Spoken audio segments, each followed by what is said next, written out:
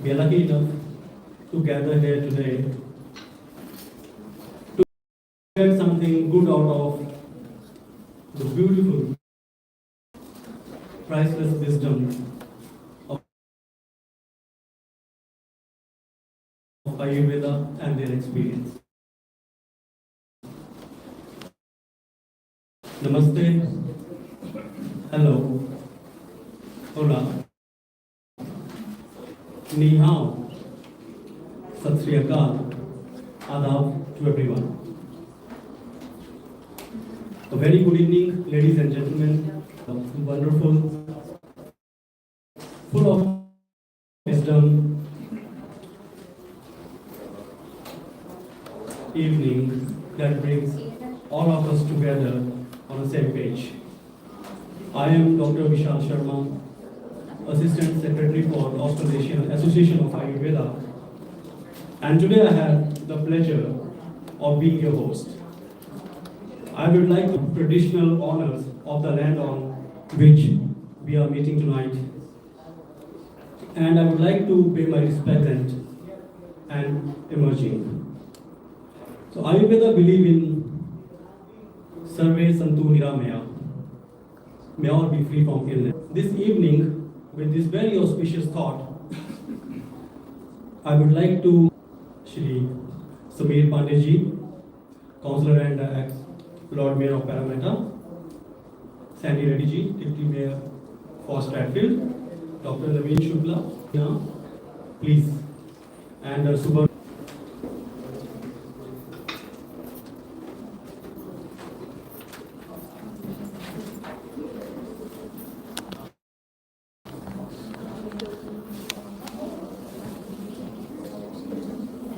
And please everyone, if you don't mind to stand up for the Bhantari Vandana.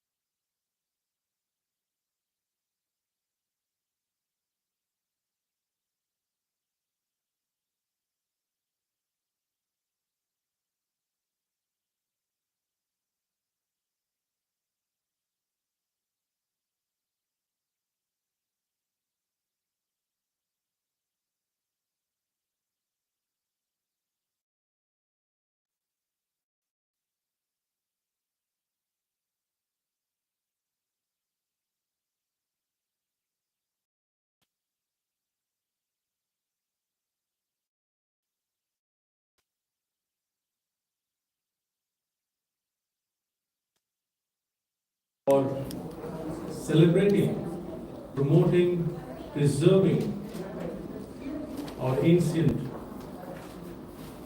knowledge of Ayurveda. And I also acknowledge Professor Chang from Western Sydney University.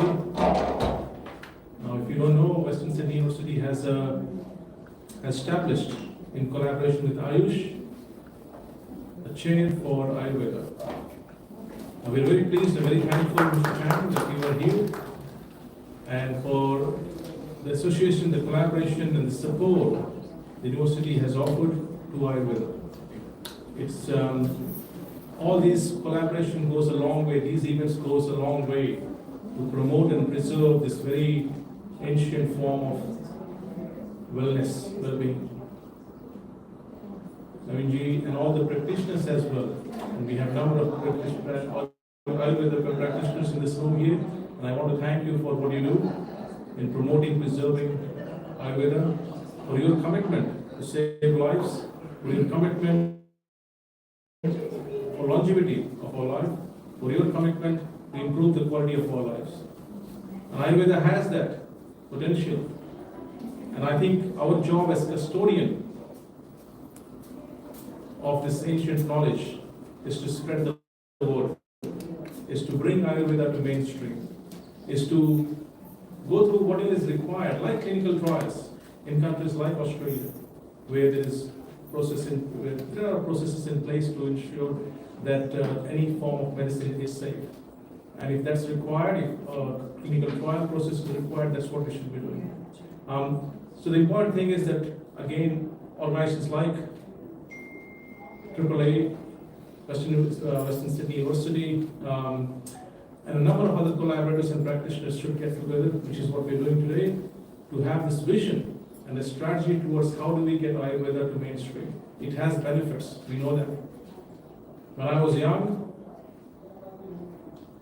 and I don't even remember that, but I still see a practitioner I was born in Jamshedpur, and he practices Ayurveda, he's still there. My mom said that I was not very well, and the only thing which helped was Ayurveda at the time. And this was when I was very young. And since then, we have always had Ayurveda as one of the alternative complementary medicine. So it's really important that we promote Ayurveda. It is also important that we look after ourselves. Our mental and physical well-being is the most important thing in our life. Ayurveda plays a very important role. Mind, body, soul connection is very important, we know that. Yoga plays an important role, meditation plays an important role. And I think what's important is that we have to spend conscious time and effort in looking after ourselves, whether it's our mental well-being or physical well-being. Because if we're not there, if we're not mentally and physically well, we will not be able to achieve or contribute if we're in public life, or if we're a community member of a community or leader and councillors and so on. And also acknowledge our councillor from Strathfield, Deputy Mayor Sandhya Subbarao and all of you. I think we feel among friends when we are with this gatherings. Dr. Ghosh, Dilip ji as well, for your work and your contribution to Ayurveda. It's not an easy journey, we know that, because in a country like Australia where there is laws and regulations, to practice Ayurveda is not straightforward, because there is, again, we have to go through the proper channels. But what you're doing is commendable, and if there is anything that we can do from a council perspective to support your work, we'll be very happy to assist. Thank you very much, and have a great evening. Thank you, sir. Now I would like to call Dr. Naveen, President of AAA. Please say welcome words. Thank you, Dr. Shah. Thank you very much. Today it is a very special day, particularly for all Ayurveda practitioners over here in Australia. It's a rare opportunity. We see all Ayurveda doctors together under one roof, and because we are running late and we have short of time, I made a big speech. I will not read this speech.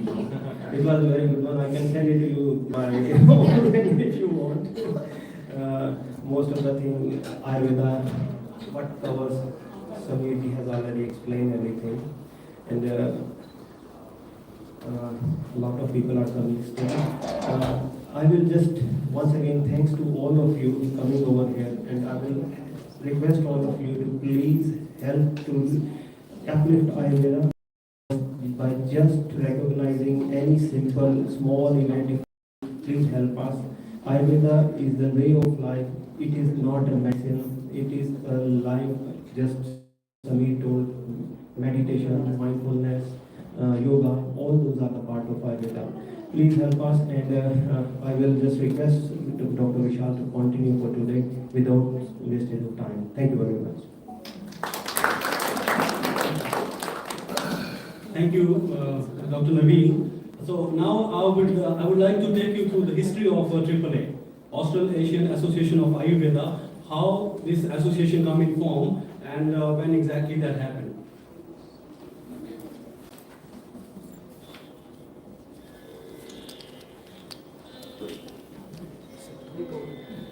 The history of Ayurveda and Australian Association of Ayurveda is started back in 1979. That was the beginning of Ayurveda, this word actually in the land of Aboriginal land.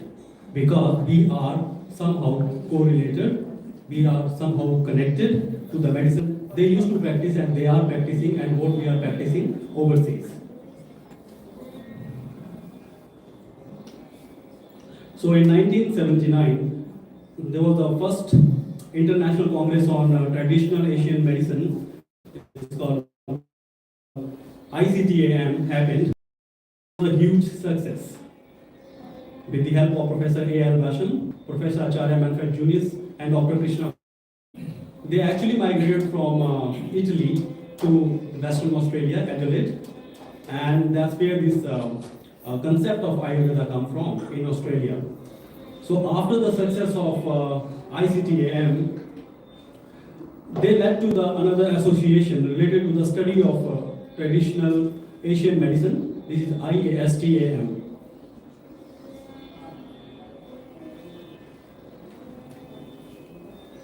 In 1982, Acharya Bhagwan Das, he conducted a seminar specifically on Ayurveda, which led to the first ASA, Australian School of Ayurveda, for teaching traditional Ayurveda in the Pacific.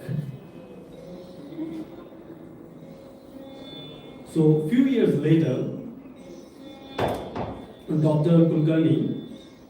Professor P. Kulkarni, he came to Australia and he designed a certificate course leading to a diploma with the 2 years of continuous study.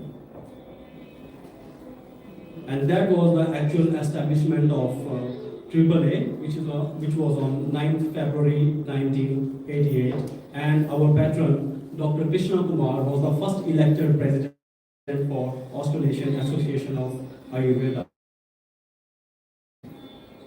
until 2017. Year 2000, in the millennium, AAA was considered as a bona fide system of healthcare and exempt from GST. So this is the present EC core committee for AAA. So Dr. Naveen is the president, and our secretary Dr. Shrikala Kanan, and vice president Dr. Bosco Paul, treasurer Dr. Kusum Lata, and myself as an assistant secretary. So we have now roots in most of the states of Australia. In Western Australia, South, you can see here. And Dr. Rafina, who is among us today. So, under Dr. Santosh Yadav presidency, later in 2021, the office, Dr. Naveen Shukla elected as the new president for AAA, and the office moved to Sydney. So at the moment, in 2019, first International Ayurveda Conference with the RMIT University, Melbourne, is conducted.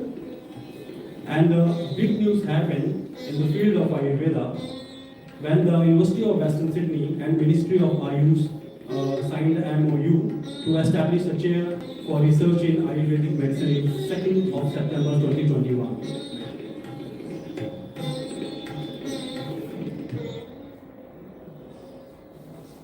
So this was a little history of Ayurveda, how it all started here in Australia, and under the leadership of Dr. Naveen Shukla, we are growing every day. You can see like a good crowd here, and so many pharmaceutical companies. They are also supporting us, and people are actually understanding the word Ayurveda. Before it was, when I started practicing Ayurveda here, it was like, what is this Veda and stuff? But now people say, oh, are you an Ayurvedic practitioner? I want to book an appointment with you. So there is a huge change and a shift in people's mindset. So without delaying, as we are running the time, I would like to call Professor Dennis Chen, Director, NICU, Health Research Institute, Professor of Pharmacology, Professor of the University, and Speaker of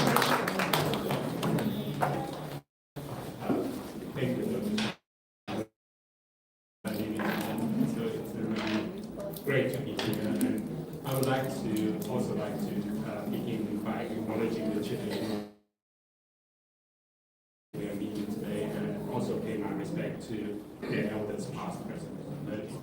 So I would like to also take this opportunity the Australasian Association of Ayurveda for this kind invitation to come to this wonderful event. Ayurveda has played a critical role in the maintenance of health and the well-being in people in India and also many of the Southeast Asian countries over centuries. And then I think we all know that acknowledging the potential of the Ayurveda medicine and other forms of traditional medicine, Modi government has made a substantial investment to promote Ayurvedic medicine nationally and internationally through establishing multiple Ayurvedic hospitals, which some of them are visited over the last 2 years, and also research institutes such as All India Institute of Ayurveda, National Institute of Ayurveda in India. So, and also equally excitingly that the government actually collaborate with other organizations in other countries around the world to establish those Ayurveda chairs, we already know that. And so we are proud to be the first Australian university to sign an MOU with the Ministry of Ayush. So we have actually appointed Associate Professor Raja Gopala from the India Institute of Ayurveda in that position and start with us. So I would like to mention one particular person who actually instrumental in helping us to achieve that goal is Dr. David Bush. So without him, we wouldn't be able to do that, and didn't spend hours of his time and energy to help us to connect to the relevant stakeholders and also many supporters, Samia and the association as well, so to help us to build this event and to get us to here today.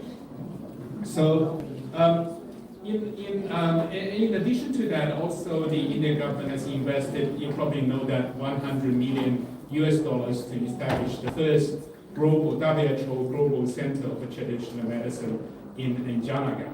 So I was fortunate enough to attend the inauguration in 2022, and also more recently the first WHO Global Summit in Naga.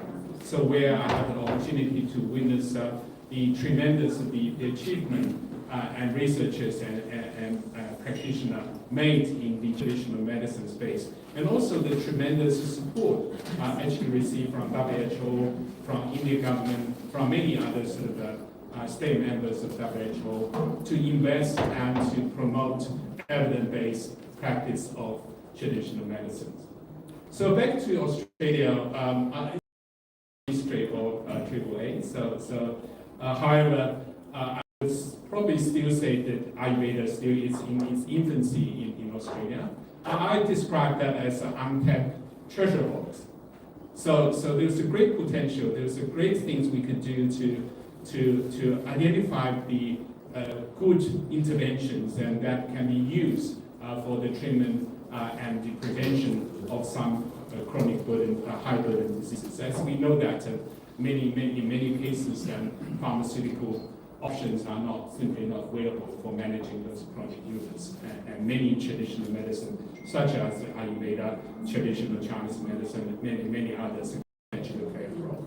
However, the critical thing is to find the evidence for it through rigorous scientific research. So to this end, this is where we come in as the National Institute of Complementary Medicine. So we fully committed to that. And then you may or may not know that the National Institute of Complementary Medicine was initially set up by the federal government back in 2007 as an independent voice of science behind complementary and integrative medicine through rigorous scientific research. So we established some good infrastructure and research platform to do that. For example, we have a state-of-the-art laboratory facility where allowed us to do analytical chemistry, chemical characterization of the active component from natural medicine, herbal medicine. We have a huge pharmacology lab where we can actually look at the way how those medicine work and what are the therapeutic targets they interact and what are the signaling pathways, etc. I guess one exciting development which I want to share with you is that we have recently constructed a GMP manufacturing pilot plan that allowed us very soon, because we are still able to manufacture a small batch of medicine, natural medicine in particular, and then fundamentally to help small industry, SMEs, and to test market, because those products actually made by our facility will be fully qualified to be marketed straight away, because it will be a GMP, TGA GMP license. And we're also using that facility to help us to advance our clinical research through designing and manufacture clinical trial medicines, as well as using that to upskill the workforce, because we've been talking to the New South Wales government recently with about setting up some micro-credential courses and then can train people in the manufacturing areas and pharmaceutical and natural medicines. So that's very exciting. I guess that's also relevant to many of the practitioners sitting here, because you might have some formula you may want to make that into a product in the future as well. So really I'd love to discuss those possibilities with you in the future. So in addition to that, we're also doing lots of clinical trials. So we running probably 10, 15 clinical trials at any given time. So basically to use real patients and to look at the efficacy and safety of some of the complementary medicine intervention, including yoga, including herbal medicine, acupuncture, Tai Chi, and so on and so forth. So we do that in collaboration with many clinicians around the entire country, even internationally. So we have the capacity to run that clinical trials and in collaboration with many hospitals and across the nation and New Zealand as well. So that's a really good facility. We do trials in dementia, mental health, endometriosis, and dysmenorrhea, cardiovascular health, and metabolic diseases, and cancer, etc., etc. So the third area is we have a good research for the translational health area. So where we have a clinic there, so believe it or not, so we have an integrated health clinic where there is a GP-led multidisciplinary team working with herbalists, acupuncturists, yoga practitioner, and also clinical psychologists to see patients together and to practice this integrated health model. And then we're collecting data behind the scene and to conduct research and to analyze those data to see whether there's additional benefits can be offered through this integrated health model versus the conventional health. So like a package model. So we also are involved in lots of government work and guiding the government to develop policy in terms of complementary medicine practice as well as complementary medicine product regulation as well. We're working with WHO and to be contributing to the active role in that areas.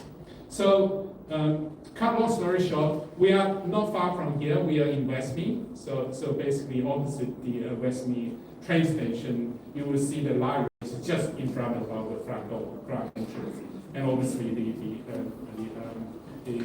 metro also is being constructed, which is about 50 meters from where we are. So we occupied an iconic heritage building. You probably drove past one day, it's like a 3-story red brick buildings, and so it's completely renovated inside. I'd like to sincerely invite all of you when you have a chance to visit us. So on that note, enjoy the rest of the evening and happy Ayurveda Day.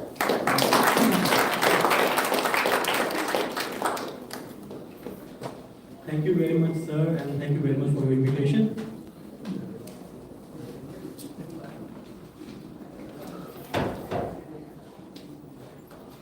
Before you leave, sir, would you mind to please present the token for appreciation to Dr. Dennis Cheng, please?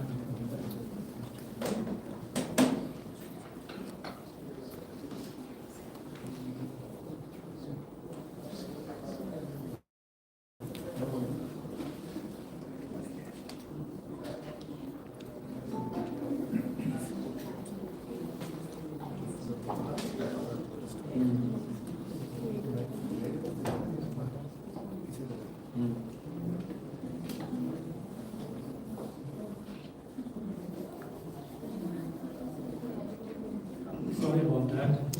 Unfortunately, I'm from the field of Ayurveda, not from IT.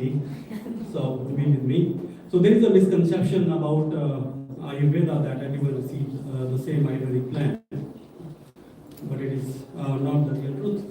Ayurveda doctors, there is a simple philosophy, Prakriti and Vikriti. Prakriti is your body constitution, and Vikriti is the imbalance.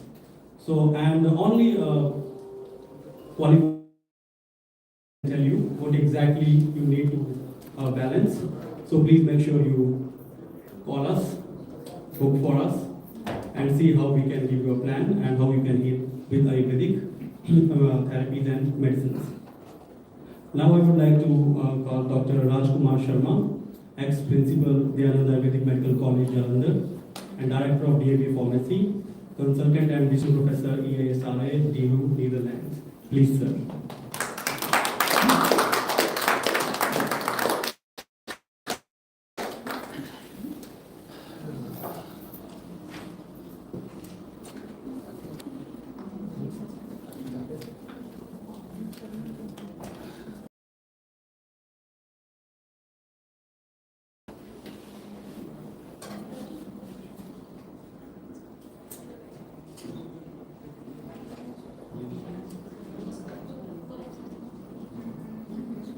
Thank you, Dr.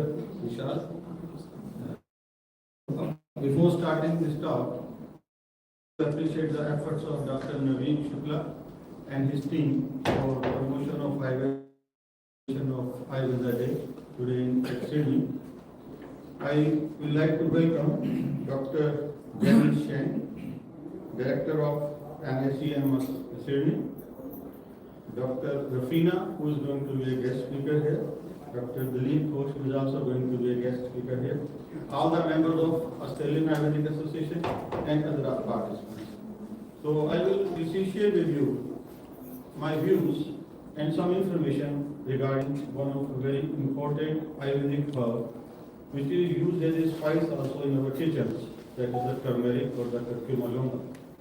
So this my talk will be, will include general description about this turmeric and the applied aspect of this turmeric for day-to-day use as well as for very serious diseases, which are threatening the existence of our mankind. So I would like to share with you some, starting with the description. So general description about this turmeric is botanically known as curcuma. So this herb or plant, it grows all over the world. In most of the countries you can find it. And fortunately, in Australia as well, from the last few years, Australian farmers have started cultivating this turmeric in Australia. So history of the multiple use of this herb is as old as the Vedic period. So Vedic period, dates back to about 5,000 years before the Christ. So you can see that from the last 7,000 years, this herb is being used for multiple uses, as a medicine and as a spice in our food. Also, it is one of the most common spice which we use in our Indian food. So I will be shifting to the next slide and like to explain what are the effects of this herb on our body. Because I am from an Ayurveda side, and people also have a great interest in Ayurveda. So I would like to share with you that Ayurveda believes on the basics of the Ayurveda is the Tridosha. In few words, if I want to explain Tridosha in a one line, the total body biochemistry of our body, divided into three groups. Is the Tridosha. Because we say increase of the Tridosha is a disease, decrease of the Tridosha is a disease, and balancing of the Tridosha is a disease. And what we people are doing in modern medicine? We go for the biochemistry of the body. If it is increased, we bring it down. If it is decreased, we take it up. And when we keep it to the balance, we heal the patient. Same theory is Ayurveda. Then this Tridosha is basically, total body biochemistry divided into the three groups. From Tridosha point of view, because of the bitter in taste. So what is the taste of this turmeric? It is bitter in taste, and it's this after digestion effect. We call the term for that the vipaka. The vipaka of this turmeric is pungent, bitter in taste and pungent. Because of these two properties, it pacifies kapha and pitta. Because of these two properties. And very important about this herb is it stimulates body function. It increases our body metabolism. When it increases our body metabolism, it acts in so many ways in keeping you people healthy. And it clears all channels. For clearing all channel and for the obstruction of the channel, we use a term in Ayurveda called Srota Avrodh. Srota Avrodh means obstruction of the channels. And this turmeric, as explained few thousand years back, that it clears all the channels.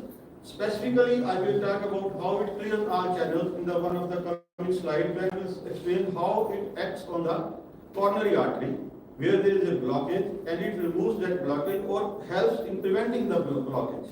So this property of it has been scientifically also proved these days. Now, medicinal and healing properties of this herb. It is analgesic, anti-inflammatory, and anti-arthritic. So analgesic, we all know, any device or anything which can kill the pain.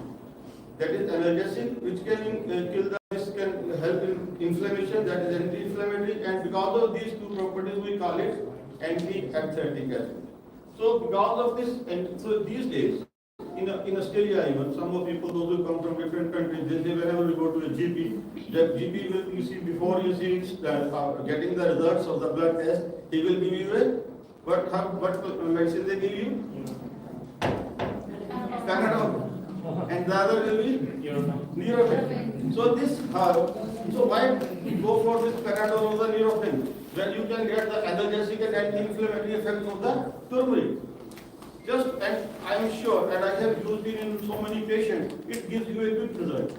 Within half an hour of taking this turmeric, along with 20 ml of aloe vera, you will get the same result as you get from the Panadol or the Nurofen. They have some side effects, it has no side effects. So it is very good analgesic, very good anti-inflammatory. So it helps in arthritis. Arthritis means wherever we have a joint in the body joint, inflammation there, we call it arthritis. So it has anti-arthritic effect. Because of that, it helps in back pain, knee pain, elbow pain, cervical stiffness, shoulder pain, and spine stiffness.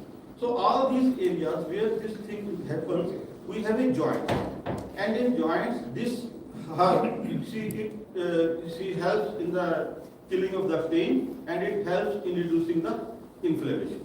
So for any problem like this knee joint or back ache or the shoulder joint, elbow joint, or even cervical stiffness or even cervical spondylitis, we can very safely use turmeric, and we will explain in the last slide how much to use and how many times to use in a day.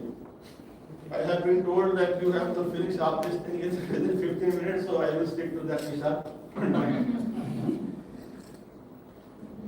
So see, it is not only useful as an anti-arthritic, it is heart-friendly also. As a heart-friendly, it controls cholesterol, prevents blood clotting, prevents narrowing of the artery, prevents high blood pressure. You see, one of the major killers these days in the world, what is that disease? The number one killer in the world. Heart attack. And similar is brain stroke. So what happens in the heart attack? In heart attack, you see how it starts. Heart attack starts from the coronary artery, which supplies blood to the heart muscle. And in that heart muscle, the first thing to happen is the inflammation of the coronary artery or the inner wall of the coronary artery, which supplies blood to the heart muscle. And what happens there is the inflammation. How inflammation can happen?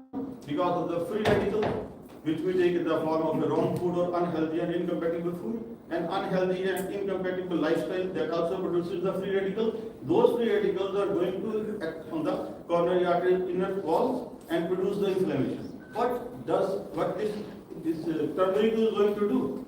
As an anti-inflammatory action, it can stop, you see, this narrowing of the artery at the first very step, because the first very step is the inflammation. You see, after that what happens? After the inflammation, you see, our body has a cholesterol, it rushes to heal it. Then it gets, you see, coated over there. And it keeps on inflammation and coating of the cholesterol. It happens, and this coronary artery disease or the heart attack, it does not, you see, happens overnight. It takes few years for that coronary artery to narrow, even up to the 95% or 97%, then on one unfortunate, you see, day, that plaque which was formed because of this inflammation or this cholesterol deposition, that breaks. And then what happens? Blood rushes and it gets clotted there. That clotted blood, you see, that obstructs the coronary artery completely, and then there is a heart attack. Same happens with the brain stroke. This turmeric as an anti-inflammatory can check of the coronary artery. So it is a very heart-friendly, and I always advise people to take it as a prophylactic. If you keep on using this turmeric, you may not have. Sometimes is this herb. So do we need to, you see, prove that Ayurveda is really good? Some of the AAA members, they were telling, we want its approval, we want its approval. We need to go to the public, tell them how it acts, and your government will automatically approve this Ayurvedic system of medicine. So it helps in the blood pressure also, because this turmeric, you see, helps in maintaining the elasticity of the blood vessel. If you have elasticity of the blood vessel, you will not have a high blood pressure. Then we will not have a heart disease because of the high blood pressure. Because high blood pressure also produces this hypertrophy of the ventricle. There is an enlargement of, so it helps in so many diseases like that. Further friend, it is lungs friendly as well.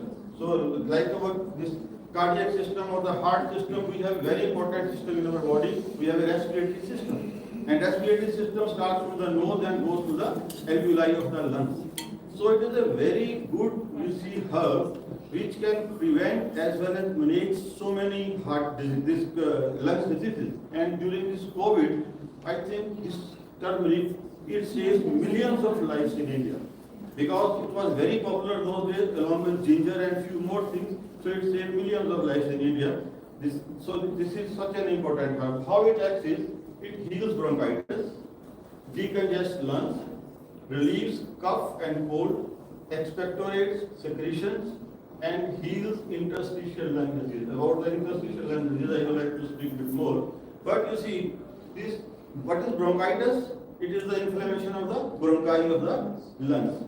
And what is this congestion? If there is an inflammation, you see, there is a no free exchange of the oxygen by the lungs tissue. Then there is a congestion. And then there is a production of lot of secretions in the lungs. And those secretions are, you see, very thick in nature. In order to liquefy that, we need some expectorant. And this as an expectorant, it liquefies the secretion so that secretions can be easily coughed out of the lungs. So it is a very good, you see, lung-friendly herb, and we used to need it as a preventive as well as for the curative purpose. And regarding this interstitial lung disease, you see, this is the interstitial lung disease is in fact a fibrosis of the lungs. Elasticity of this lungs tissue that is lost. And in that case, you see, if we use turmeric, very important herb, licorice, and piper longum. Piper longum, licorice, piper longum again 2 grams, then this licorice again. Then along with the turmeric. Turmeric is anti-inflammatory, and this piper longum and licorice, they are called Rasayana medicine. Rasayana is a special term which rejuvenates the body. And we see, it just, you see, if taken regularly, it can just reverse the interstitial lung disease. Otherwise, they say that fibrosis has happened and we cannot help.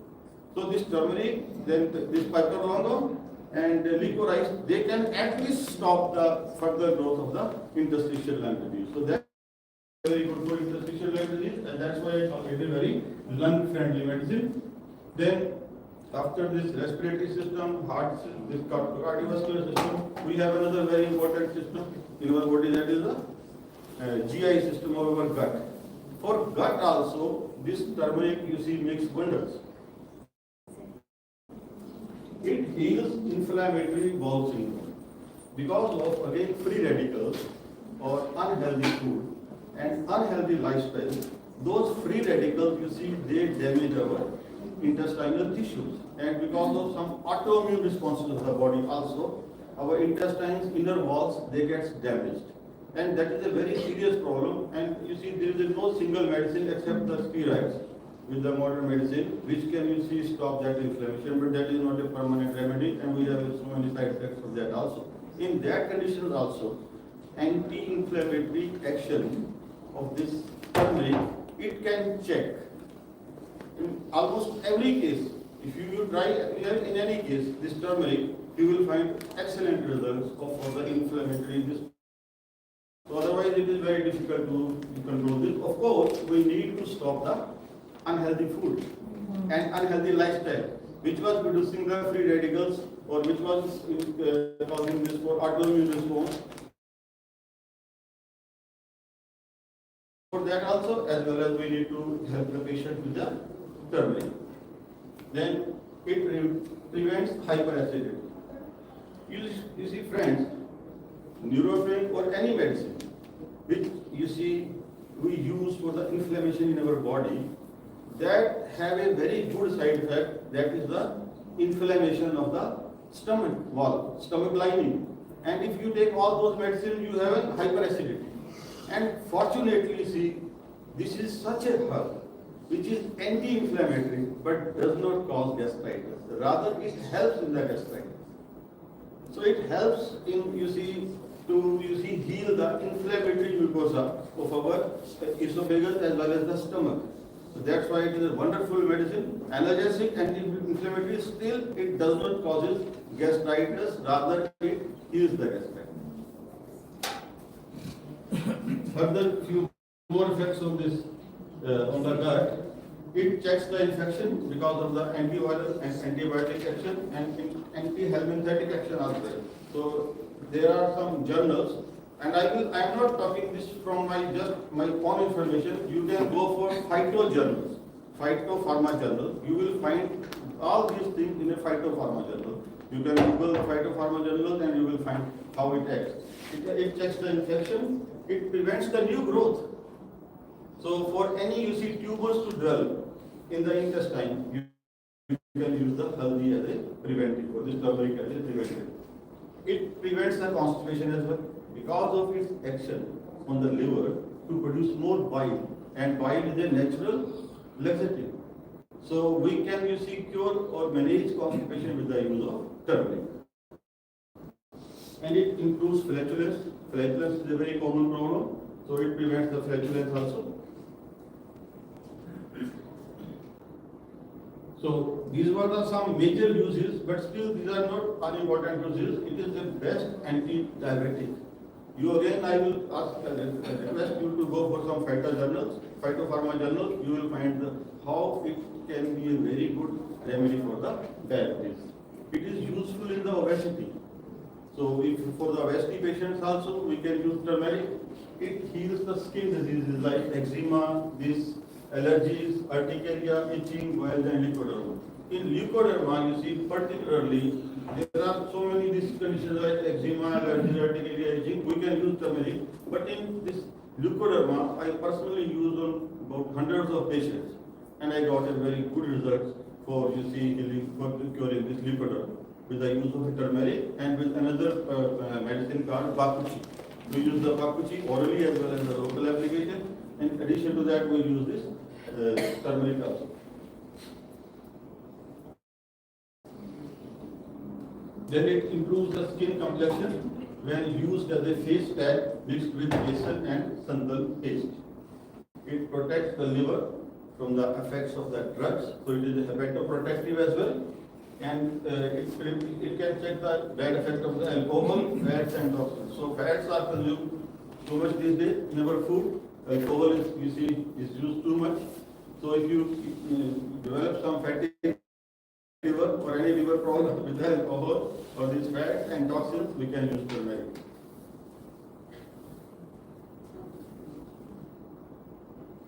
So other medicinal and healing properties are, it has tumor inhibiting action, hence useful in the cancer. In the colon cancer particularly, it has been used in some of the studies, and very good results were found to manage the cancer problem. It has a bacterial killing effect as an antibiotic. I told you. External use disinfects and heals septic wounds, and particularly diabetic wounds. You see, in diabetic wounds, we use oral as well as the local application of turmeric. Curcumin, main ingredient of the turmeric, has an antioxidant action and neutralizes the free radicals. So these are some of the common uses of the turmeric. It is a good source of dietary fibers, vitamin B12, vitamin C, iron, magnesium, potassium, manganese, and energy. This caption that a saffron herb with a golden heart. So these all properties, they justify the caption that it is a saffron herb with a golden heart. You see, I can call it a panacea. So it can, you see, panacea, it is called in Indian language called Rambam. So which can heal almost every disease. So just a small use of this turmeric can help in so many prevention and management of so many diseases. It cleanses uterus and improves this fertility. So these are some of the common use of this turmeric. Friends, further, now a question will be in your mind that how much turmeric is to be used and in which form we can use it. The best two forms which I suggest is that is the powder as well as paste of the fresh rhizome of this haldi. Because it is these days commonly available even in some of the good stores in Australia. Even in Woolworth I found this fresh turmeric. So we can use it as a fresh. So a fresh turmeric has the best effect. Or otherwise, if we use its powder, that is also equally good. We can use the powder as well as the paste of the fresh rhizome. And how much to use, I will explain you. Dry form, paste of fresh rhizome. What should be the dose? The dose is very important. The turmeric which we use as a spice in our kitchen, that is not even a preventive dose to prevent all those diseases. We use it for this of coloring the food and for the use of purpose of giving it a good aroma. So dose and powder doesn't matter. As a powder, prophylactic half teaspoon or 3 grams. It can be 3 to 6 grams as well. Half teaspoon, 3 or 3 grams once a day. It can be after meal or any time with it. Or a curative, we can use half teaspoon 3 times. The same dose 3 times a day is a curative, and the same dose once a day is a prophylactic. So if not daily, at least we can take about 15 days in a month as a prophylactic to prevent all the diseases which I explained to you. And dose of the paste, prophylactic 5 to 6 grams or 1 to 2 teaspoons of this paste daily as a preventive. And as a curative, you can use it 3 times. So preventive once a day and curative 3 times. Or preventive, if not daily, you can use it. You see, 15 days in a month. And these days, in our so many cafes, these days, turmeric latte is becoming very popular. And how I use, I personally also use it. I use it about 15 days in a month. What I do is, I take half teaspoon of it, I mix it with a hot water, and then I sip it like a tea. So it has a very good taste, so anybody can take it. And simply you see decoction of this, or you can just put it in the hot water and you can do. So this is small information about this turmeric, a saffron herb with a golden heart. Thank you.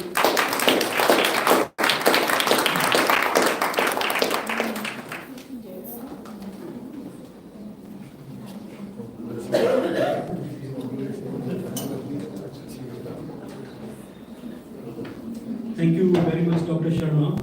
And I would like to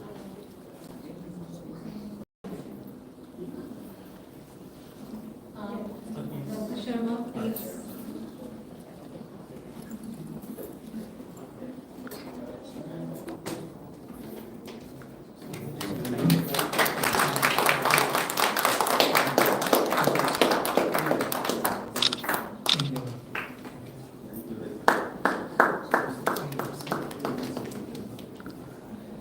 So it's a very good idea tomorrow to buy turmeric and start taking it as per Dr. Sharma's advice.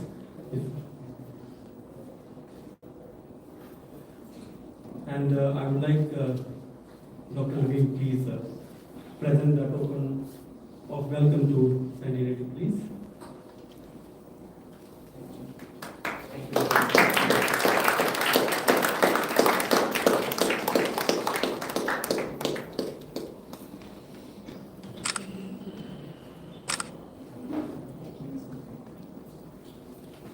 Thank you very much, ma'am. Thanks for coming. And again, another misconception and myth about Ayurveda is all about oil massage in a spa. But just for your knowledge, Panchakarma is very exclusive way of cleansing and rejuvenation, and that includes around approximately 18 different therapies. But of course, you need to see a doctor, Ayurvedic practitioner, who can take as per your body constitution.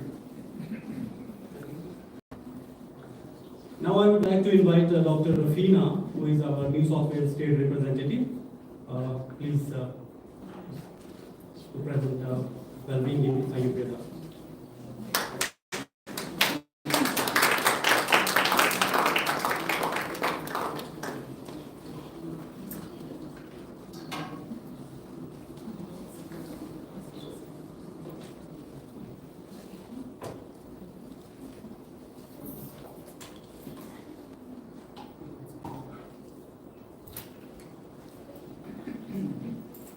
Good evening to all of you, or good afternoon, I should say. I would like to begin by acknowledging the traditional custodians of the land. our esteemed guests, my dear colleagues, and all the invited guests. So today I would like to quickly discuss regarding well-being in Ayurveda. We may have to go a little bit fast, keeping time in my mind. Oops, I'm going way too fast.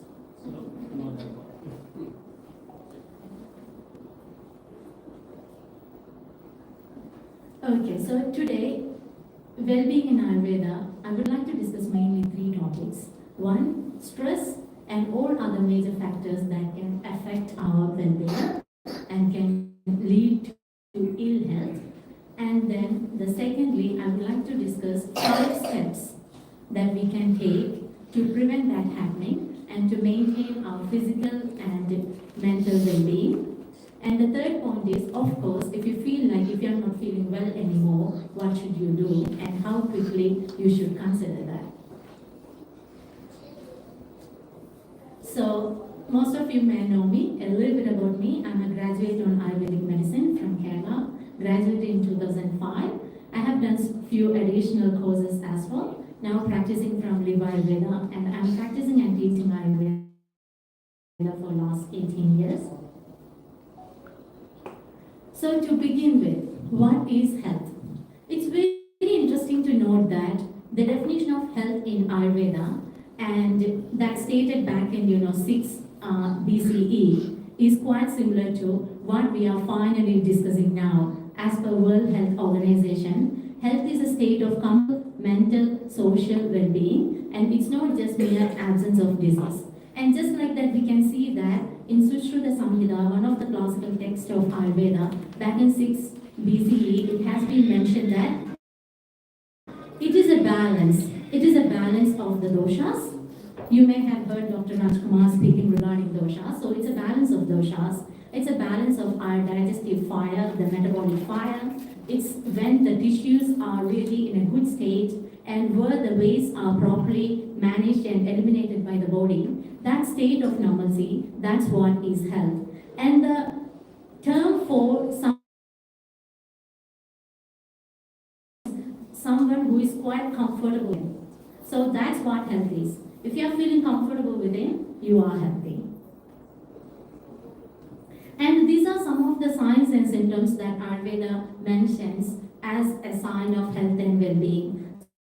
So this is the verse that mentions regarding that. It goes like, at every being of ourselves, we are feeling pretty healthy. We are feeling light in the body. We are feeling good in our mind. Our mood is good. Our emotions are well balanced. Our skin is glowing. Our wealth is under control. Our body, and we are feeling relaxed. Our sensory organs are feeling nice. So these are some of the signs and symptoms of health and well-being.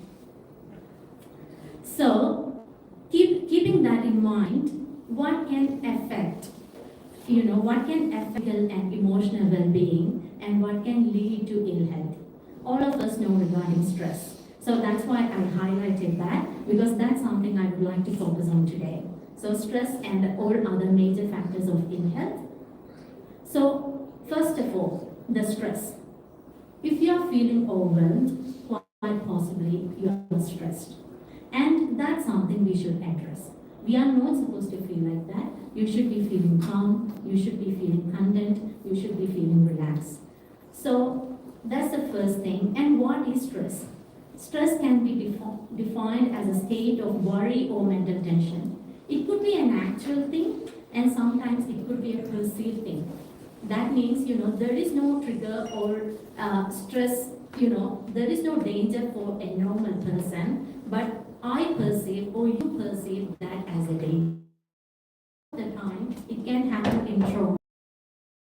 History, your experiences in the past, it has been like that. So it's easy for you to perceive something as a danger, which a normal person may not perceive like that. So it can be something that's real, it can be something that's perceived. So anything like that, that's what triggers the stress response in the body.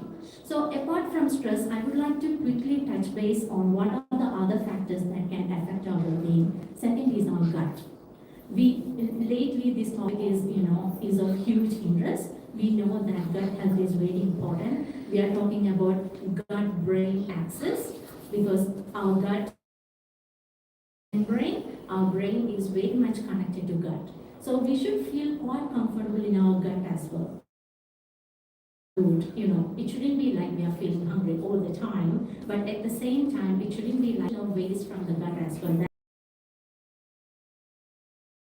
production and excretion of your flatulence, what is the frequency? Is it bothering you? Is there any order associated with that? We should understand and we should discuss regarding that as well. Third one is, of course, weight.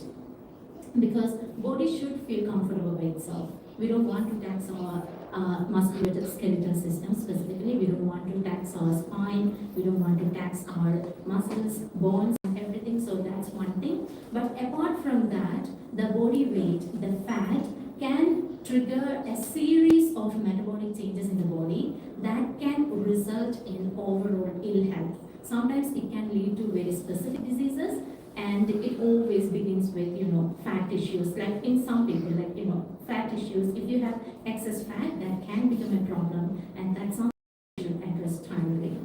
And this is something very interesting because it's in discussion in general health, but this is something Ayurveda has been talking about for a long time. It's about breathing.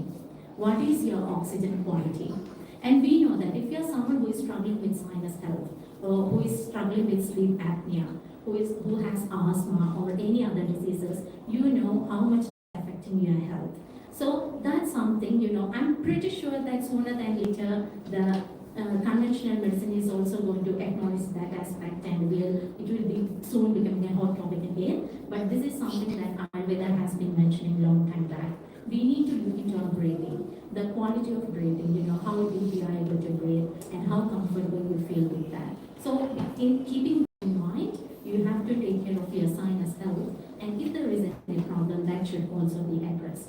Next is, of course, pollution and toxins. We may not be able to do much about that because that's something external. So that's something again that we can't really control external factors. We can't control our weather. We can't control the toxins out there. We can't control the pollution. What we could do is we can work on ourselves. So that's where we have to really work on and make sure you keep your health and immunity at peak so that it's much easier for your body to deal with these factors.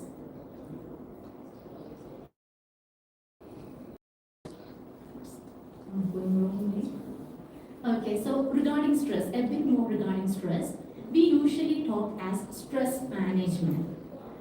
So it's coming from the fact that medically, stress is not completely wrong. If we are looking into it, into the process of stress, one is called the eustress. That means if there are no stress hormones in the body at all, we feel very flat. We'll be very demotivated. We wouldn't feel like doing things. So usually imagine that we are approaching something. So initially when you have planned something, you wouldn't really feel like doing anything about it. As you approach the event or approach the date or approach the time, that's when you get excited and you begin to do for that. And that's the phase where stress hormones are produced in a nice way, and that's stimulating the body in a nice way. And that's what known as eustress. And when it becomes too much and it stays like that, that's where the problem is. Because usually when the body is in the stress mode, what it does is it just survives. It wants to overcome this problem and it needs to survive. That's the agenda of the body then. But ideally what we should be doing, we should be digesting. Like the digestion needs to happen at every level of our being, in our thoughts, in our gut, everywhere in the body, in each and every tissues, and also they should take rest properly. So when the body is in the stress mode, it's just survival, it's just overcoming the danger. When the body is in, that's what continues for a while, then it's very tricky. So that's what when we are calling stress, for example, in a common language, as a layman perspective, when we are stressed, when we say stress, we mean distress. We don't mean eustress, where the body is feeling nice. So that's where, even though medically the stress management is not really wrong, I feel like we shouldn't be talking about stress management at all, because we don't want to be there.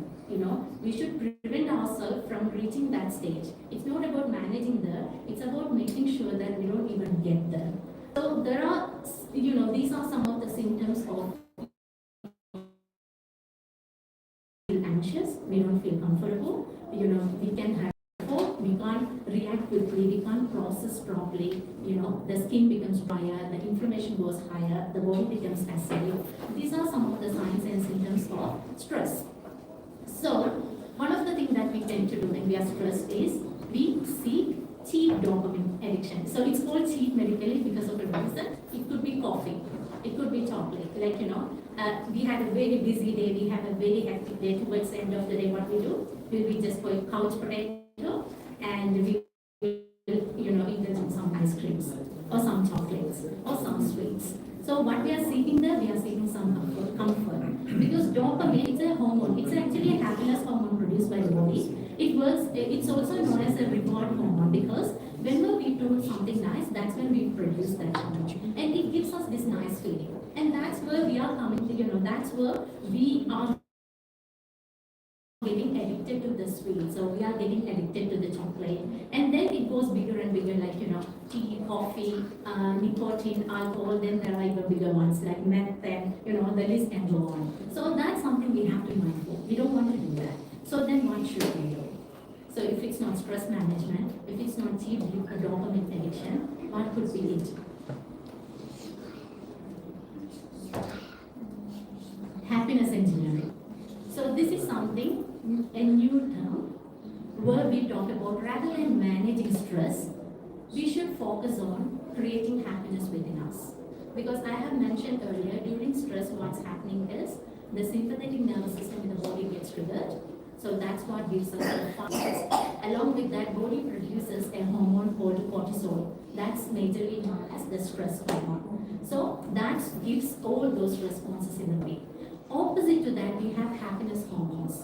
Like we have hormones like dopamine, serotonin, we have oxytocin. So we have all other 4 sets of hormones that can help us to feel happy, that can help us to feel comfortable, less pain. Actually, happiness hormones helps to reduce the pain in the body. So that's why when you are in stress, you feel more pain. When you are in stress, you feel more inflammation. So that's why we need to focus on supporting the body to be happy, to stay happy, to help to produce the happiness hormones. So now let's discuss about 5 things.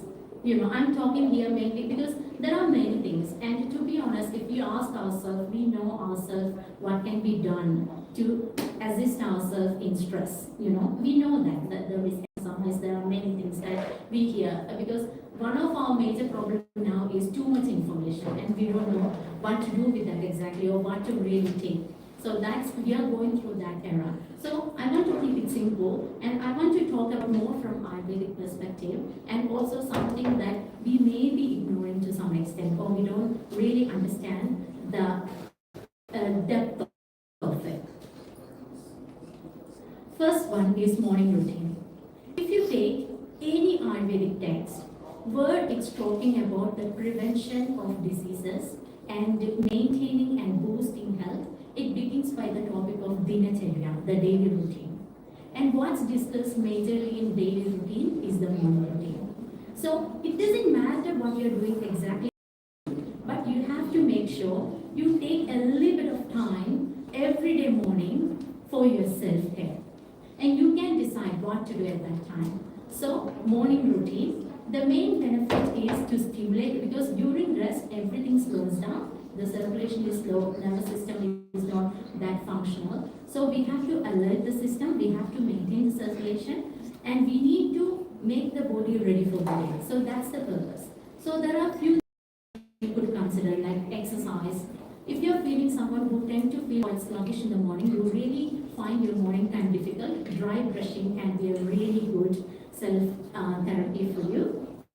And another thing, sinus care. That's something again really important for morning care, because usually during morning we feel congested. There is a possibility, at least some of us can feel congested. Second is the evening routine.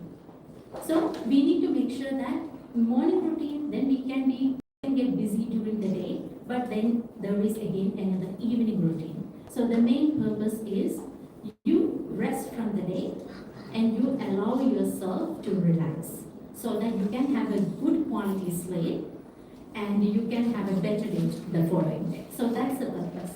So what can be one thing that Ayurveda highly recommends as an evening routine is foot massage. It can really help you improve the quality of the sleep. Then there are so many other things, you know. If you are someone like, this is something that I would like to remind my fellow practitioners, bath can be a real boundary between those. After bath, you don't do any work, you know. So we need to establish that boundary so that we can take care of ourselves better. So then journaling, like introspection, like how you are feeling. Because only after acknowledging how you are feeling, then only you can help yourself. So you need to begin by acknowledging how you are feeling. Journaling can be a really good way of introspection and also how to declutter your subconscious mind. Because most of the time we don't take enough time to process the experience of the day. That means we really keep on burdening our subconscious mind, and that's where anxiety, depression, everything is coming from. The next is exercise. So even though in the morning routine or evening routine, any random time you could do exercise, I have mentioned this point specifically to emphasize the importance of exercise.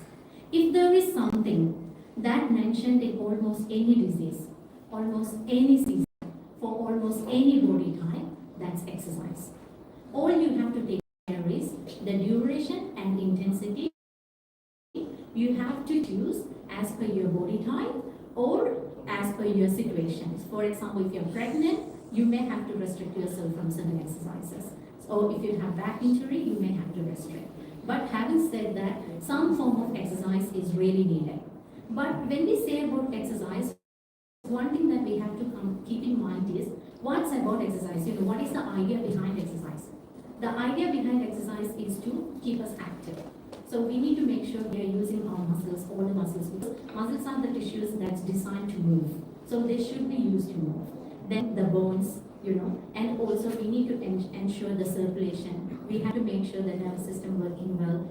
And so that's the purpose of exercise. So if you sit down throughout the day, if you are comparatively very inactive, just doing half an hour exercise or 1 hour exercise is not enough. So you have to make sure you're reasonably active during the day as well. And that's why, you know, I have mentioned that pose is there. So the worst pose someone can have is chair pose.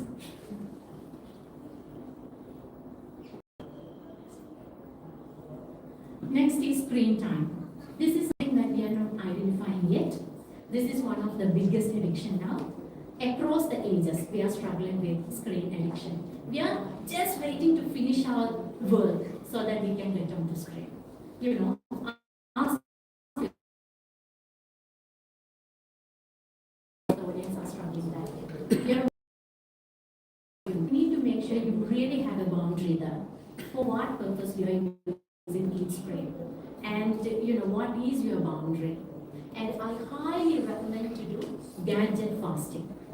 So gadget fasting means you restrict yourself from the use of any screens at least for some time of the day. So I highly recommend the first hour of the day and the last hour of the day. Then healthy relationship. We are of course social animals. So all our happiness hormones, like there is a like oxytocin, one of the happiness hormone, that's actually it's called a love hormone. Because just by simply complimenting someone, it can help to produce that hormone. Okay? So that's why we really need relations. I don't mean to maintain any toxic relations, not at all. But it's about being practical. Because one struggle that we have now is we are so comfortable with ourselves. We don't want to compromise on anything to maintain any relationship. So that's somewhere you need to have a serious consideration and make sure you find a balance there. Because end of the day, you can't have long-term happiness just by being yourself. And it could be with your pet. It could be with nature. It's all about finding some purpose, some relationship with something so that you feel like you are included, you are part of the universe. course, remember that we are happier and better when we are connected to others. So there are other important factors like, eating, diet, these are bigger topics as well, and you can consider that as part of your morning routine or evening routine. Now, seek help sooner. So how can Ayurveda help you? So first of all, the first thing is, if you're feeling good, like as we discussed in the first slide, if you're feeling really good, maintain that place. So you need to understand, specifically if you're talking from Ayurvedic perspective, you need to understand your body type. You need to understand what diet works for you and what diet may not work for you, so that you can maintain your health. And you can learn about daily routine. So when you go through daily routine, you can find a whole set of things that you can consider doing. You don't have to pick all of that, but hand pick a few of them that's really important for your body and your lifestyle, and make sure you do that on a daily basis. The second one is be proactive. That means seasonal routines. Follow seasonal routines. Follow detoxes. So, for example, you might have heard about Panchakarma. Ayurveda highly recommends regarding timely seasonal cleanse. Then age or state appropriate, like pregnancy care, fertility care, postnatal care, children's health, things like that, elderly health, menopausal health. So regarding certain state, how to help yourself. Then as soon as you identify, consider doing stress, address stress as well. Massages, herbs and everything, and treat early. So from Ayurveda, as per Ayurveda, there are 6 stages for disease manifestation. And as soon as you are not feeling like this, that means you have entered the first stage of disease. And at that point itself, make sure you seek help so that you can prevent the progress further. So that's all. So in nutshell, be in charge of your health, be proactive. So it's all about attitude. So it's nothing about the skill, it's about the attitude. That's all from me. Thank you.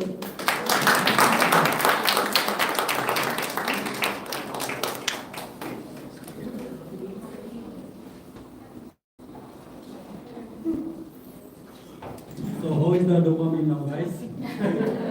Thank you, Dr. Ravina, for this beautiful insight.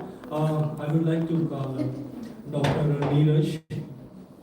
Sir, please, Mrs. Thakur, our ex-state representative for New South Wales, and one and only Mr. Meeta, Mr. Amit from Meeta Wales.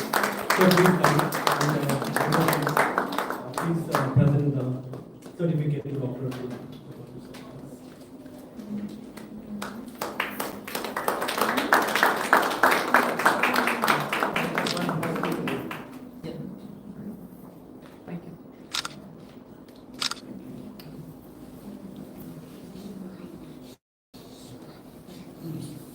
I'll quickly say a few words about Mitaji. Maybe a few people might do not know him. He is one of the person who is running self-listening meditation classes for the last 7 years in Australia, and he's helping people to remove all the stress. And he is one of the great person I have met over here in Sydney.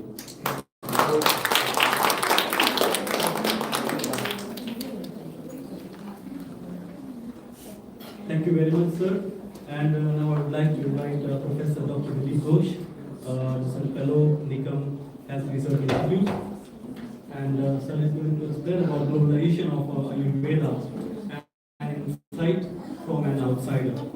Please.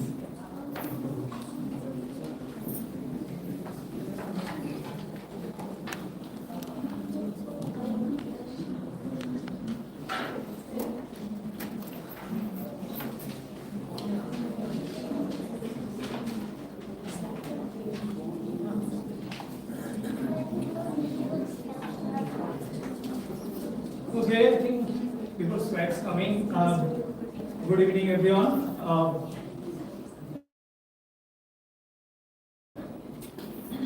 First disclosure, I am not an Ayurvedic practitioner, but I have been involved with many Indian Ayurvedic or Western medicine research, development, commercialization, policy development, that sort of area. And I have been working closely with many top Indian Ayurvedic institution, including Ministry of Ayush also. And I've been part of some globalization program of Ayurveda. And that's why I'd like to share some of my own experience in this area. So nice to be here. Thank you, Naviji, for giving me this opportunity. I think the one very important thing, that is the concept of medicine, pharmaceutical medicine. That is one disease target and one drug. It is not working that way nowadays.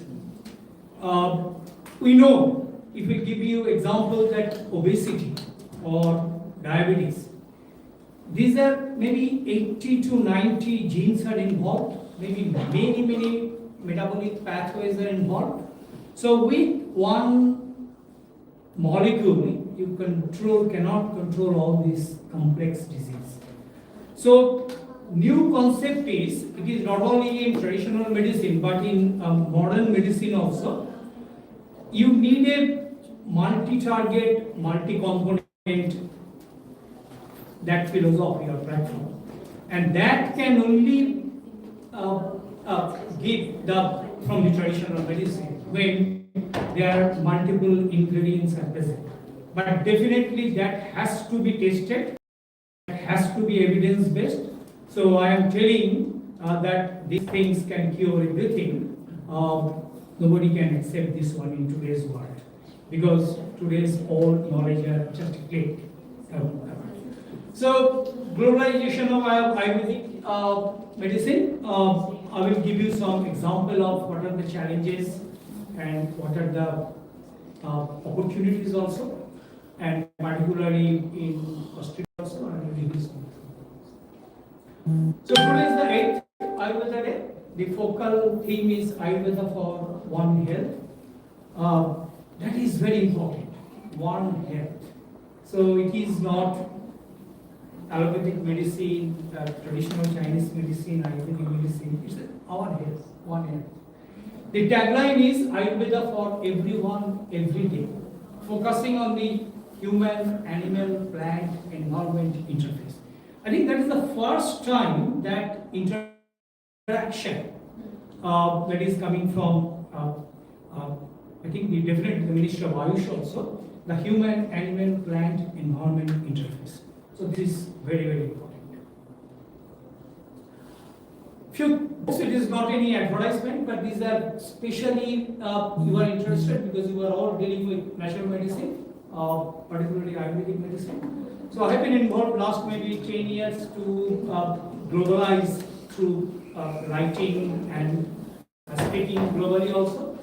This is the natural medicine, clinical efficacy, safety and quality. And all these books published by World 2 top publishing house, either CRC Press or academic press. So I am just which are directly involved with your business. Fenugreek that is published last year, we showed how the traditional knowledge of fenugreek that comes to the modern medicine. So there are many products. These went through the double-blinded placebo-controlled trial.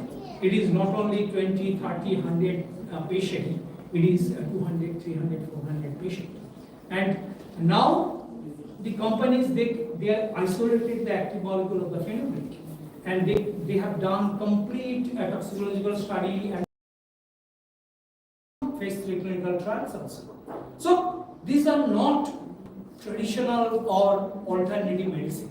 These are actually the traditional medicine are mainstream medicine. So because the pharmaceutical industry or the allopathic industry, and they tagged this industry as the alternative or complementary medicine. But this is actually the original medicine also. So this is working with the Ministry of Ayush, All India Institute of Ayurveda, and definitely with Dennis also, the traditional complementary integrative medicine for neurocognition.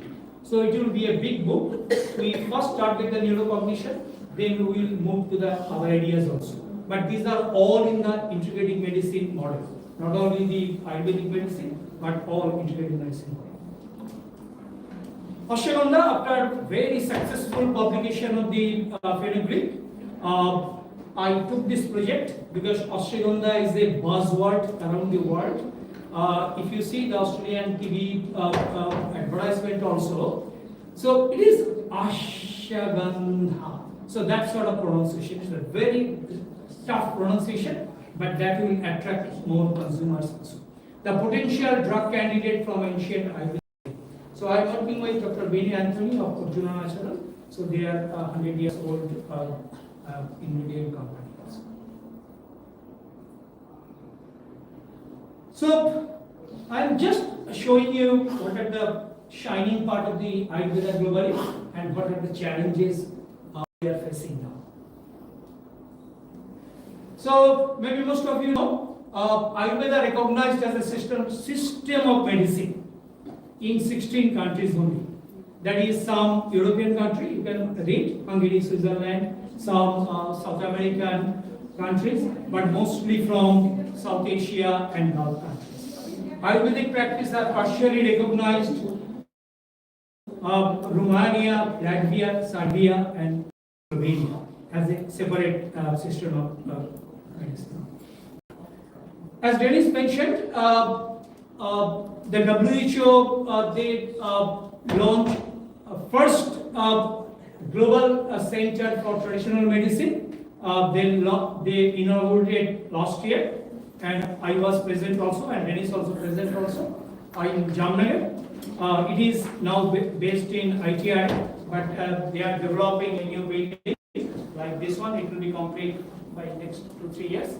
So Indian government does a phenomenon under the leadership of Mr. Modi also. As you know, they committed $250 million of this center. In last World Ayurvedic Congress in the January, Mr. Modi announced Ayush startup company in India that is 40,000 active MSME. Growth is 20,000 crores rupees to the 1.5 lakh crores rupees in 7 years. So it's a 7 times increase in 7 years. Can you believe? The pharmaceutical growth is 2 to 4% globally. Some country it is zero, flat, no growth. So that is the 7 times growth in 7 years. And global market is $120 billion. That is the national medicine market. Huge opportunity, but we should focus on this. So we have to, and that's why we are tying up with Ministry of Ayush, All India Institute of Ayurveda, ITRA, National Institute of Ayurveda, Jaipur, with NICAM to develop all these evidences. So as you know, the ashwagandha, that is the first trial. It is not as traditional medicine. They started in UK. That is the first ashwagandha trial. So we should be proud. So maybe more will come in coming days also.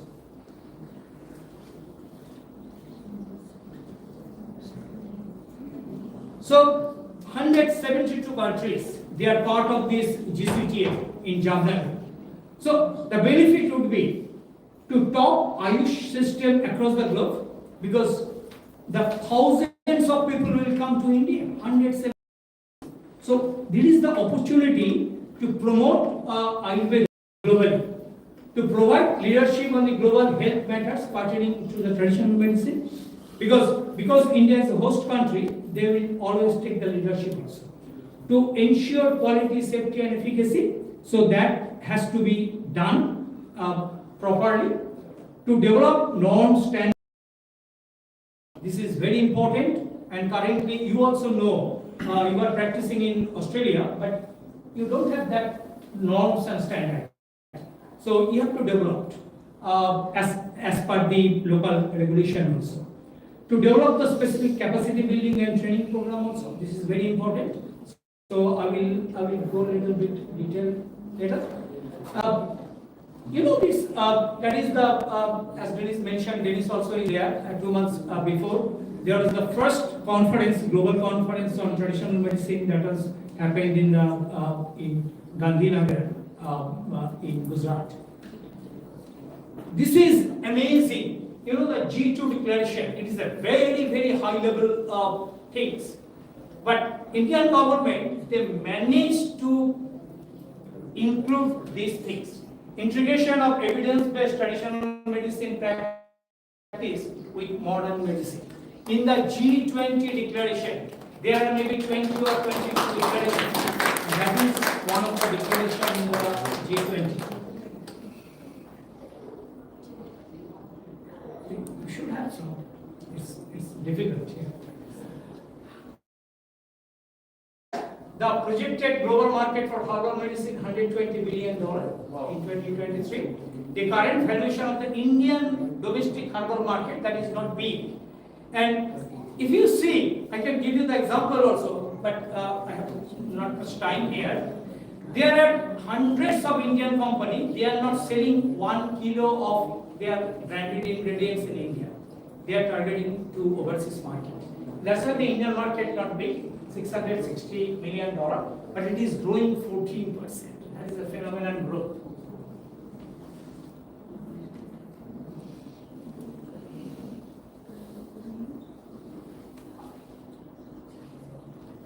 Can you control from here?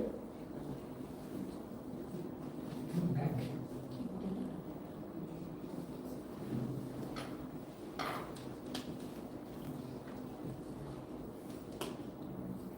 Back.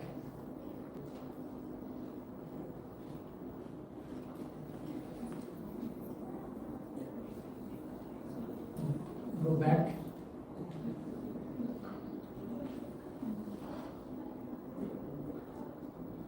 Yeah. The gross market size, that is the $5 billion, that is 16% growth. And Ayush products are being exported more than 100 foreign countries.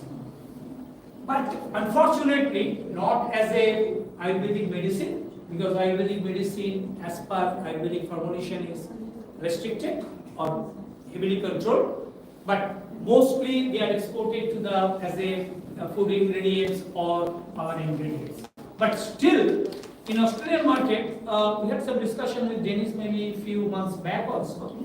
Maybe 80 to 90 products, finished products, that contains Indian ingredients also, and it is growing every day. In Australia, we are proud. We call Australia test market. That's why many Indian companies, they are coming to test their products in Australia. And if you are successful here, because due to the very high level regulatory regime and very strong manufacturing capability.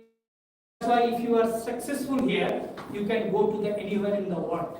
That's why it is the proud market. It is the world best test market. $5.6 billion. That is the complementary medicine market, and that is very close to the prescription medicine. But complementary medicine, it has no PBS, no government support, but still it is doing very well. You can see the pharmacy remains the main channel in Australia. And the phenomenal figure, that is, I am always highlighting globally, 78% Australia, they are using complementary medicine. Can you imagine how big? And if you go any pharmacy, including small to big, you can see 80% their pharmacy is full of complementary medicine. So what are the growth factors? Why these things going that fast? Pharmaceutical touch in the dosage formulation. Most of the product nowadays, it is not coming as that modern antihistamine. It is coming in a dosage format, like a capsule, tablet, or sachet. So that gives you consumer some medical or pharmaceutical satisfaction, touch. Approach, most company, you know, the one Nikam is in clinical trial, minimum cost is $400,000 for 150, 200, 300 patients. But many Indian companies, they are doing that exercise also.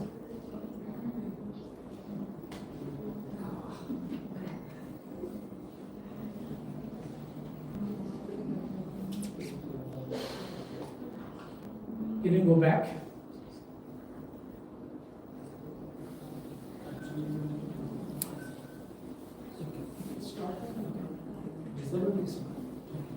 Okay.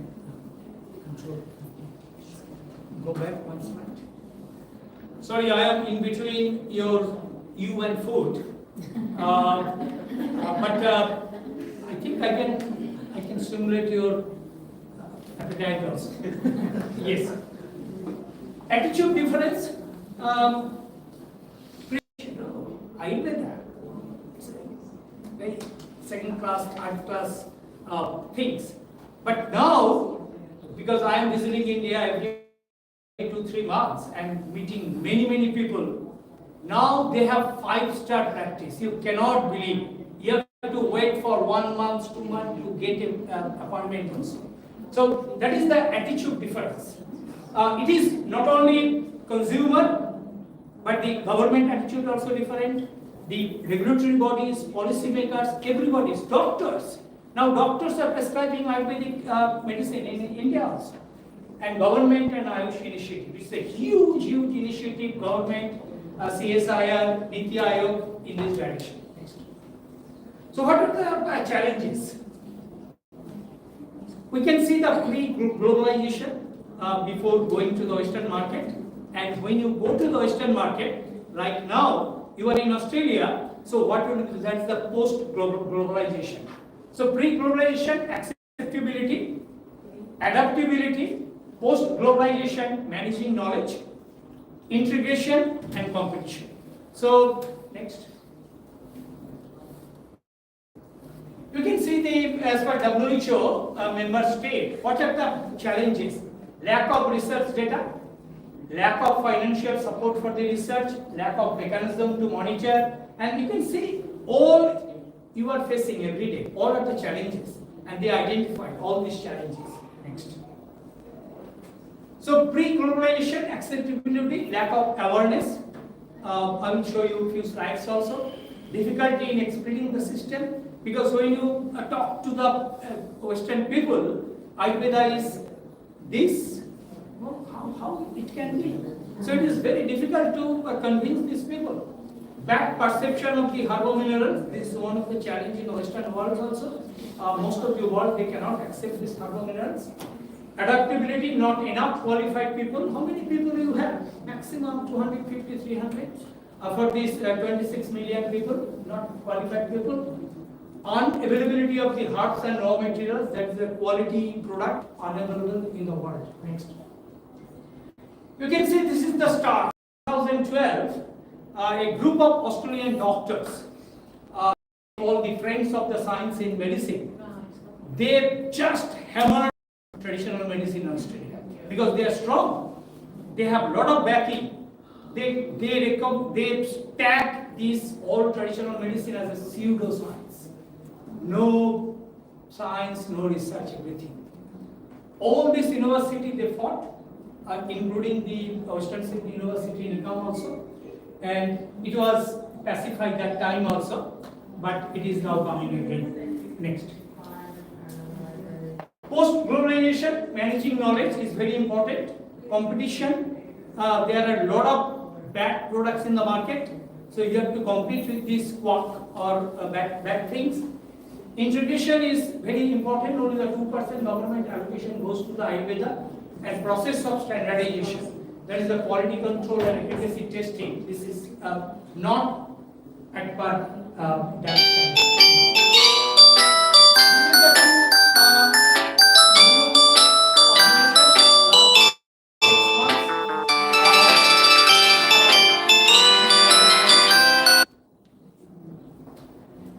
Go back. So it published in the Guardian, that is in the UK newspaper. You know, it's a big publishing group. I can call this colonial mindset. All these people who control India one time, they cannot tolerate the growth of India in different areas. And Ayurveda, because it is conquering world, they publish this one, expert voice concern over universities linked to Indian Health Ministry selling snake oil. So that means they stamp Ayurveda as a 5,000 years old science, and they are selling snake oils. And how the university tie up with these things. And then follow-up things, the Canberra Times also, they publish the similar sort of things. I think these are the challenges. It is not only in Western world. If you go to the India, there are many toxic report publication. These are all coming through the strong pharmaceutical industry. And they are doing all these things. But we have to be strong. And how can we be strong? We need to generate evidence. We need to generate science behind this Ayurveda. And when you see that ashwagandha is equal to any prescription drug, then you can convince these people also. So that is already mentioned. This we have done a lot of things. Savitribai Phule Pune University, ITR Yamnagar, Ordinary Institute of Ayurveda. We have done a lot of collaboration. Next. This is one very encouraging thing. Maybe most of you don't know. New visa opportunities for Indian skilled migrant international students and visitors to Australia. Recently, the Australian government, they tie up with the Indian government. They issues 1,800 special category visa, and that includes yoga instructor. So we are expecting when you will be licensed by AFRA, maybe the Ayurvedic doctors will come to Australia under a special visa category. So it is not too far. So we have a big program, yoga and meditation program, that is ongoing program. We have postdoc, we have PhD program also, and especially in the mental health. Herbal medicine also, as Dennis mentioned, we have one of the world top herbal medicine research center, and we have an academic chair in Ayurveda. Hopefully, any day, all things done, any day he can join here, and we are looking at a new era in the Ayurvedic research and development, and also the education also in Australia. I think, thank you.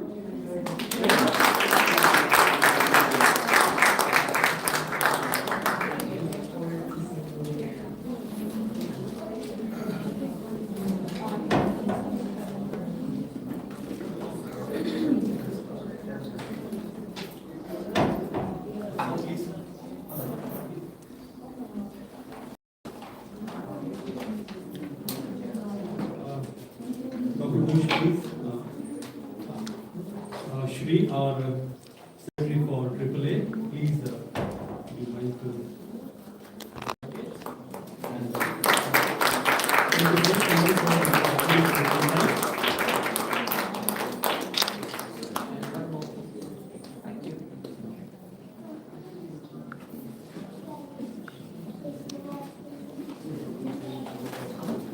I think we are running. So just a second before I close this event officially.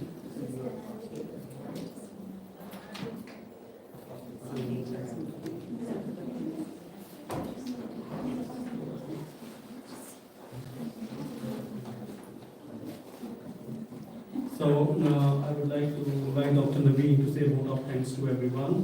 Please. Still my spelling of my surname is wrong, still. That part goes to Dr. Vishal. But you can check and your certificate, it should be right. Yes. Yeah. Thank you very much. That is the done. Thank you very much to all of you. We are running too late. There are a couple of announcements has already been made by the library people.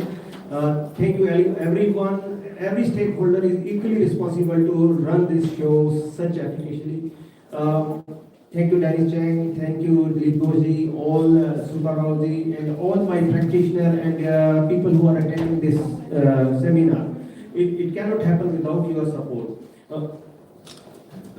There are few things just only left. There are few people we have to give them certificate quickly. After that, we don't have much time for to interact with the people. Oh, Barbara Ward is over here. Deputy Mayor for the Kuru guy. Barbara, you can please come up over there.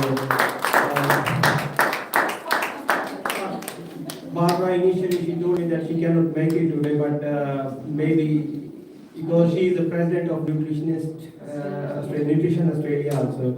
So it is field which is very close to her heart. Once again, thank you very much. I cannot read everyone's name now because of the announcements happening over there. Quickly have your food, and there are few certificates we will just present. Thank you very much. Barbara, please.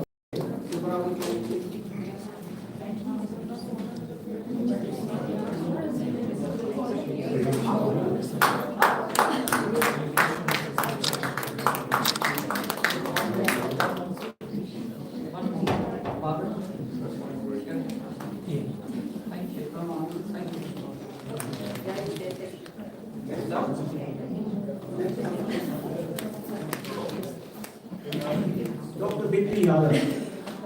Dr. Dipti Yadav has served AAA as a secretary for 2 years, and she is very much dedicated to Ayurveda and Australian Association of Ayurveda. I will say thanks, and I will give her the word of appreciation.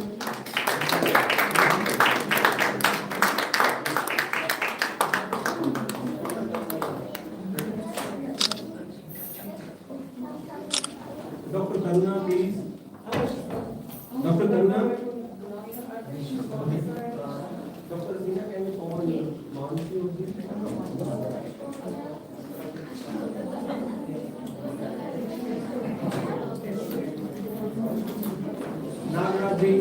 Nagaraj, can you please come up over here?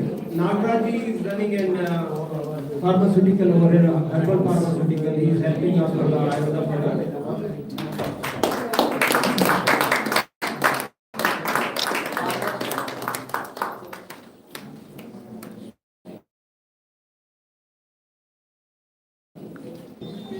Dr. Adina, can you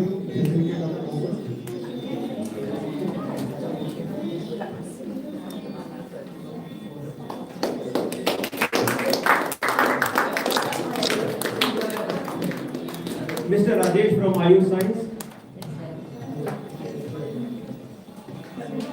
Mansi ji, can you please come up over there? Mansi ji help us to support this event not only with their products, and she has given us gift hampers, and she has supported with monetary also. Thank you very much.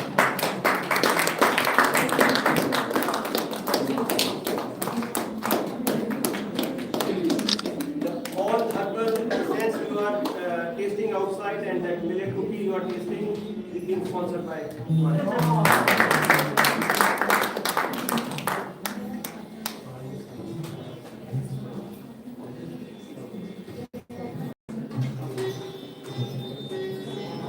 Vishal ji, it's your time, please.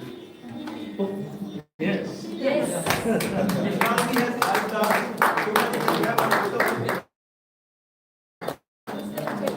Selfie. Vishal Can you please come and then please come.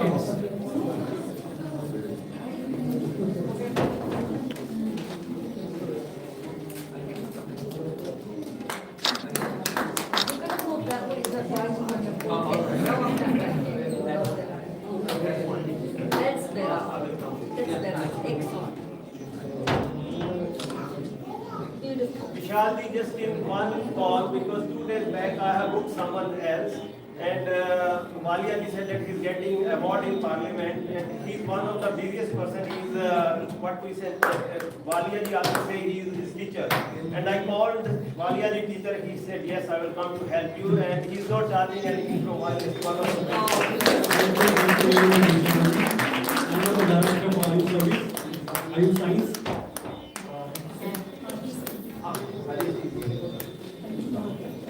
Thank you, Rajesh ji, for your support.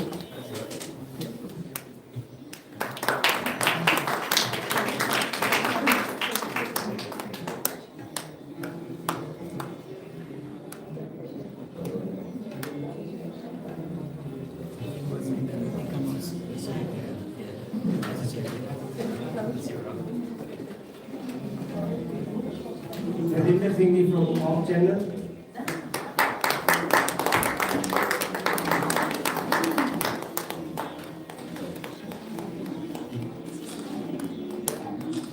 One more. Thank you. So we have only few minutes. You guys can have some food over there, and while you guys will have food, I will go upstairs and try to leave the gate open for you guys. Thank you very much for you guys. Thank you. Just we want to have one group photo before we go.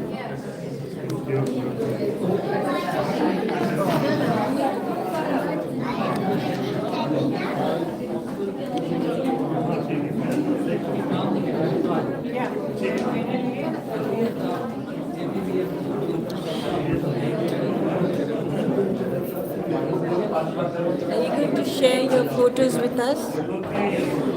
Will you share your photos with us?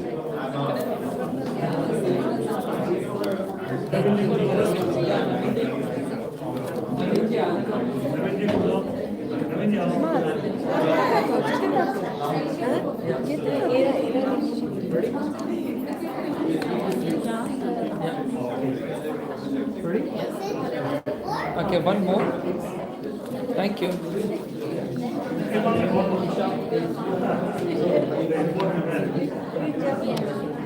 Okay, ready? I request everyone to come over here. Yeah.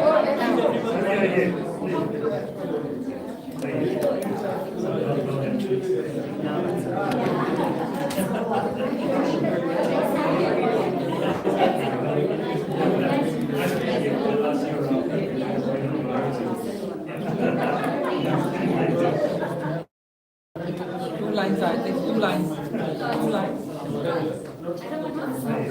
Yeah, second line. हाँ seat हाँ seat Fatima आगे बैठ जाओ आज नहीं आ रहे हैं Yeah, Jai Shri Krishna. Hello. Yeah. Pink suit. Yeah. Come here to the front, please. Ready? Yeah. And smile. आपकी नहीं आ रही है Okay. You have to come in the हाँ नहीं आ रही है Go tall. Yes, please.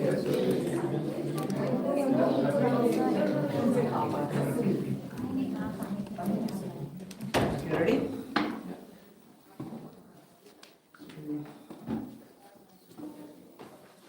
Okay, ready? Smile. One more. And one more. Thank you.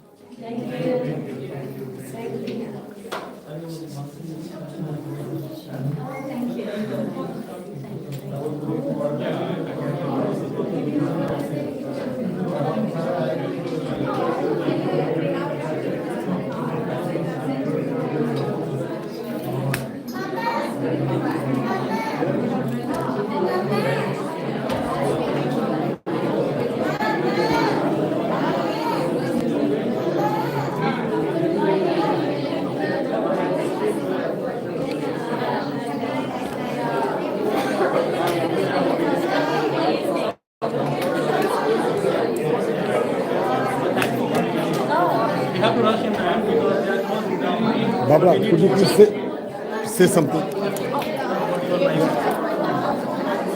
Hi, I'm Barbara Ward. I'm here today with the Ayurveda conference. It's been fantastic. We've learned so much. It's a growing industry, but what is really important is that it actually medicines that can help us without us going into pharmaceutical medicines. And I thank everyone that was here today. And I thank Dr. Devi, who has done such a marvelous job in bringing this together with us. There's hundreds of people here enjoying this, but more importantly, we are learning a lot more about what this is all about and how it can help us, benefit us with our health outcomes. So I encourage everyone to try Ayurveda and be part of this movement.